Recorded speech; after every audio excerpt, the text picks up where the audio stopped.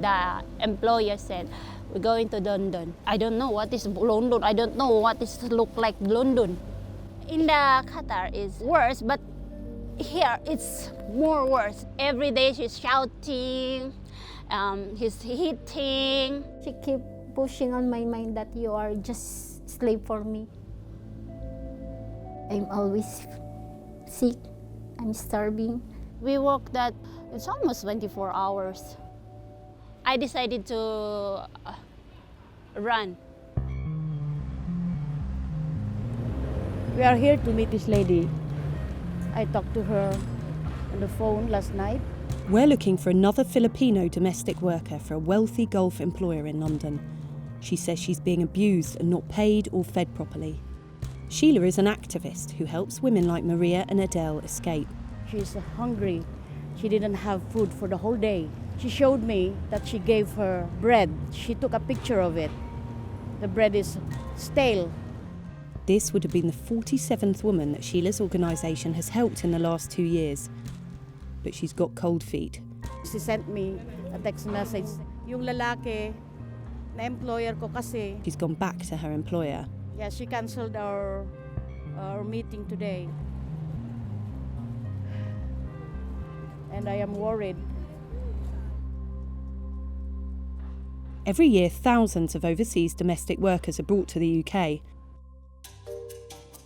They cook, clean and look after the children of their employers, who are typically wealthy and from the Gulf states. But they're also tied to them, following changes to the visa system in 2012. This leaves many open to shocking abuse behind the doors of some of London's wealthiest streets and hotels. I think hotel is a 5-star, but they doesn't know that I'm not eating inside that hotel. They doesn't know that I'm sleeping on the ground. They doesn't know that only biscuit is my meal. Adele ran away from her Saudi employers this year. When they made her visa application to come to the UK, she says she didn't know what she was signing or where she was going. The driver took me in a building, I don't know that building, and then the secretary of my boss is there. Then he told me to sign papers. I want to read it, but he got angry to me. He said, I have no rights to read the paper, just sign. So what will I do? I sign. Adele was brought to London, where she says her passport and salary were kept from her and she was made to work more than 20 hours a day. I'm just slave. I'm almost 24 hours, 7 days, without resting, without money in my pocket. I feel their power for me. Even if you are physically abused, verbally abused, and even if you are sexually abused, you can't change employer. You're already tied to your employer, to the slave master. We, all of us, said we have to make it more organized. We have to do more work. Sheila and her colleague Eva are going to meet another runaway. She is exploited. She's going to run away from her employer. We've learned that she's only paid £50 a week, and she's not allowed to go out. She has no anything to communicate with other people. Running away is a harder decision since domestic workers' right to change employer was taken away in 2012. 9:28. Okay. So these are tense occasions, and all Sheila and Eva can do now is wait.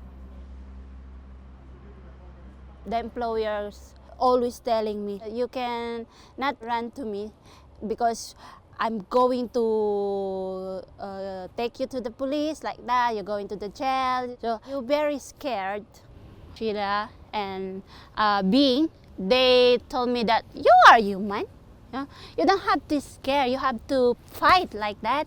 You have to fight because you're a victim. Why? I want to stay here. Why? Do you have a boyfriend here? No. Now? Start looking. There's a Burger King round the corner. The women have been organising and are holding events to boost their confidence and fight for a change in the law.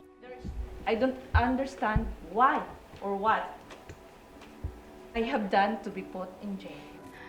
When I see women speaking about our rights, it inspires us, and for me, it gives me more strength and we will never stop. We will keep on fighting for our rights. The government says trafficking victims can seek protection under its new system. Adele has come forward to do this, but fears she might be punished for doing the right thing. Even if she is successful, she might only be given 6 months leave to remain. All the pressure, all the is really make me sick every time. It's not easy because right now I cannot work. I'm not allowed to work. We who ran away after 2013, it's like we are a criminal that the immigration keep hunting. They don't know really what happened to us. How was our life under the Saudian employer. I want to show to the government that why not give mercy on us.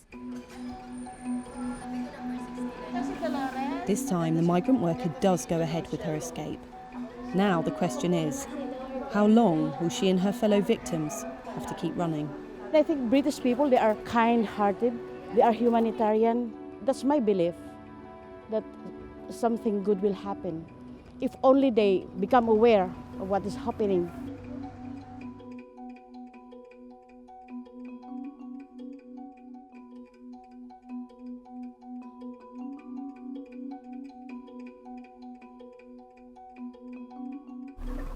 He was promised good pay and conditions, but when he started working for a Kent gangmaster couple, Daryl Houghton and Jacqueline Judge, the reality was very different.